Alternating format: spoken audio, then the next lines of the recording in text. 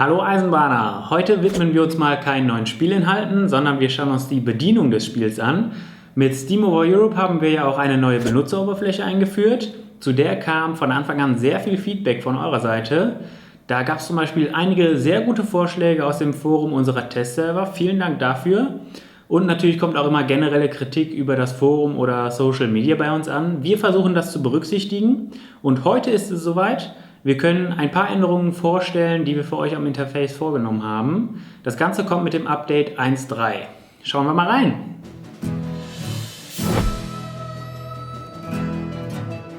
Die zwei größten Neuerungen an der Benutzeroberfläche packen auch gleichzeitig zwei eurer größten Kritikpunkte an.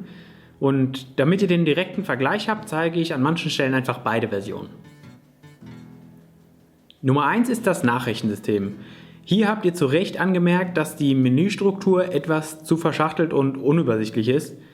Früher hat man das Nachrichtenmenü aufgerufen, hier einen Kanal ausgewählt. Das Fenster wurde dann überblendet, also da hat sich ein anderes Fenster drüber geöffnet. Da waren dann alle Themen aufgelistet und wenn man ein Thema geöffnet hat, wo das Icon für neue Nachrichten war, wurde das Fenster wieder überblendet und dann konnte man die Nachricht endlich lesen. Das war natürlich mühselig und umständlich und gerade wenn man mehrere Themen abklappern wollte, konnte das eine ganze Weile dauern, bis man da durch war.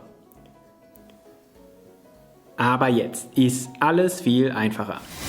Wenn man jetzt das Nachrichtenmenü aufruft, sieht man sofort alle Kanäle untereinander aufgelistet. Die kann man dann aufklappen und hat direkt Zugriff auf Unterforen und Nachrichten. Wir nutzen jetzt den Bildschirm auch besser aus und die angewählte Nachricht wird sofort lesbar in einem zweiten Fenster neben der Übersicht angezeigt. Das Durcharbeiten der Nachrichten geht so um einiges schneller und bereits gelesene Themen, in denen es nichts Neues gibt, die werden dann ausgeblendet. Kann man aber nachher auch wieder einblenden, wenn man nochmal reinschauen will. Außerdem kann man jetzt hier schon direkt aus dem Menü heraus ungewünschte Systemnachrichten deaktivieren. Dazu klickt man hier oben auf das Glockensymbol und man kann auch sofort in die zugehörigen Einstellungen springen und noch weitere Benachrichtigungen deaktivieren. Noch eine kleine Hilfe, die für mehr Übersichtlichkeit sorgen soll. Chat und Nachrichten teilen sich jetzt ein gemeinsames Farbschema, also für die jeweiligen Kategorien stehen bestimmte Farben. Man erkennt also immer sofort, was zusammengehört. Hellblau ist hier zum Beispiel alles zur Stadt, gelb steht für die Region. Das macht es wirklich übersichtlicher. Die zweite große Überarbeitung hat der Chat abbekommen. Früher wusste man nicht mal genau, woraus sich der Kombi-Chat zusammensetzt. Dazu kam es, dass der Verlauf im Hintergrund des Chats oder Schatten, wie man es nennen mag, das Lesen nicht gerade erleichtert hat. Um den Zielchat zu wechseln, musste man sich hier auch durch verschachtelte Menüs kämpfen. Die Finger wurden ganz wund vom vielen Klicken. Ja, so schlimm war es nicht, aber ihr wisst, was ich meine. Wenn man zum Beispiel einen Spieler aus dem Weltchat privat anschreiben wollte, musste man zuerst hier oben auf die Filtereinstellungen gehen, Privatchat auswählen, den Namen eingeben und den Spieler aussuchen. Also viele unnötige Klicks. Aber jetzt geht das viel schneller und intuitiver. Den Kombi-Chat kann man sich jetzt endlich selbst nach Lust und Laune kombinieren, also ist es ein wirklicher Kombi-Chat. Dazu klickt man hier auf das Zahnrad und wählt aus, was alles im Kombi-Chat angezeigt werden soll. Das Geniale ist, hier unten kann man jetzt auch den Zielkanal wählen, ohne den Kombi-Chat zu verlassen. Ich kann also dem gesamten Chat folgen und dabei nur an die Gesellschaft schreiben. Der Verlauf ist auch rausgenommen, das verbessert auf jeden Fall die Lesbarkeit. Wenn man nur einen bestimmten Chat folgen will, dann kann man auch hier einen neuen Reiter dafür anlegen. Das geht oben auf dem Plus. Da kann man zum Beispiel auch direkt eine bestimmte Stadt auswählen. Auf dem Reiter wird dann auch immer mit einem grünen Nachrichtensymbol gekennzeichnet, ob es da was Neues gibt. Und mit der Mülltonne kann man die Reiter wieder entfernen. Um nochmal das Privatchat-Beispiel von eben aufzugreifen, das kann man jetzt auch über einen neuen Reiter machen. Es geht aber auch noch schneller. Wenn ich jetzt zum Beispiel diesem Spieler hier aus dem Weltchat schreiben will, dann kann ich einfach auf seinen Namen klicken und da gibt es jetzt auch die Option privates Chatfenster öffnen. Bei einem Privatchat-Reiter wird auch der Status des Spielers angezeigt, also diese Lampe hier. Das Gute ist, nach einem Logout wird das nicht zurückgesetzt, also die Privatchat-Reiter sind dann immer noch da. Auch sehr praktisch, bei Spielstart bekommen wir immer eine Meldung im Chat, die Kanäle auflistet, aber auch alle Freunde, die online sind. Wenn jetzt noch jemand online kommt, dann wird das auch sofort aktualisiert. Noch ein Gimmick zum Abschluss für den Chat. Mit verschiedenen Kürzeln kann man jetzt auch sofort in bestimmte Kanäle springen. Also schreibe ich jetzt beispielsweise hier /c, bevor ich meine Nachricht eintippe, dann landet die nur im Stadtchat. Hier seht ihr auch eine Liste mit allen Kürzeln eingeblendet. In der ersten Version der neuen Benutzeroberfläche sind auf dem Stadtinfoscreen einige wichtige Infos erst durch Scrollen sichtbar gewesen.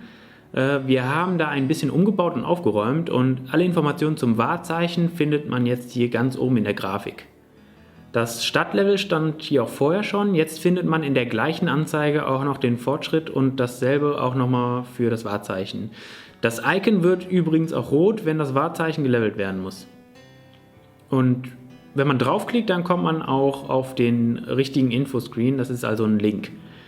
Die Informationen zu den benötigten Waren sind jetzt nach oben gerutscht und so viel prominenter platziert, aber das ist ja auch das, was man als erstes sehen möchte, wenn man die Stadt aufruft.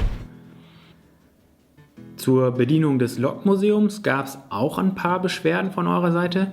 Das Ganze war etwas umständlich aufgezogen. Man musste zuerst die Logs anwählen, die ins Museum sollen, dann den Screen wechseln und Logs auswählen, die vom Museum in die Stadt verfrachtet werden sollen. Die Funktionen haben wir jetzt etwas überarbeitet und man kann jetzt beide Listen direkt nebeneinander sehen. So geht das mit dem Museum auf jeden Fall um einiges schneller. Beim Zoom auf der Karte gab es auch Kritik. Viele Spieler haben hier gesagt, dass die richtige Karte zu früh verschwindet und die Illustration dann zu früh angezeigt wird.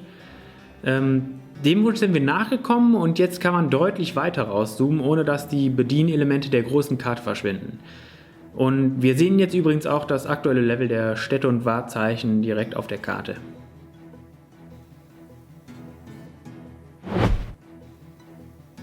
Einige Spieler hatten auch Probleme mit dem Scrollen auf dem Bahnhofsgelände oder haben es zumindest als störend empfunden. Und für euch haben wir jetzt eine kleine hilfreiche Funktion eingebaut. Unter Optionen, Kartendarstellung findet ihr jetzt diesen neuen Punkt hier, Bahnhofsgelände im Vollbild anzeigen. Den schalte ich jetzt mal ein, muss dann kurz neu laden und dann wird der Bahnhof skaliert dargestellt, sodass ich gar nicht mehr scrollen muss. Also wer hier lieber durchgängig die volle Übersicht haben will, kann diese Funktion ja mal ausprobieren. Am Schluss schauen wir uns noch eine kleine Neuerung im Fahrplanassistenten an.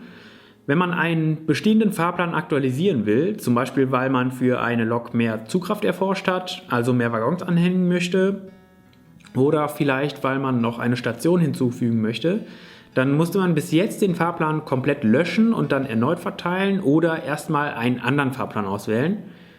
Jetzt findet man hier diesen Button, aktuellen Fahrplan beibehalten, und wenn man den klickt, dann kann man genau diese Änderungen am bestehenden Fahrplan jetzt vornehmen.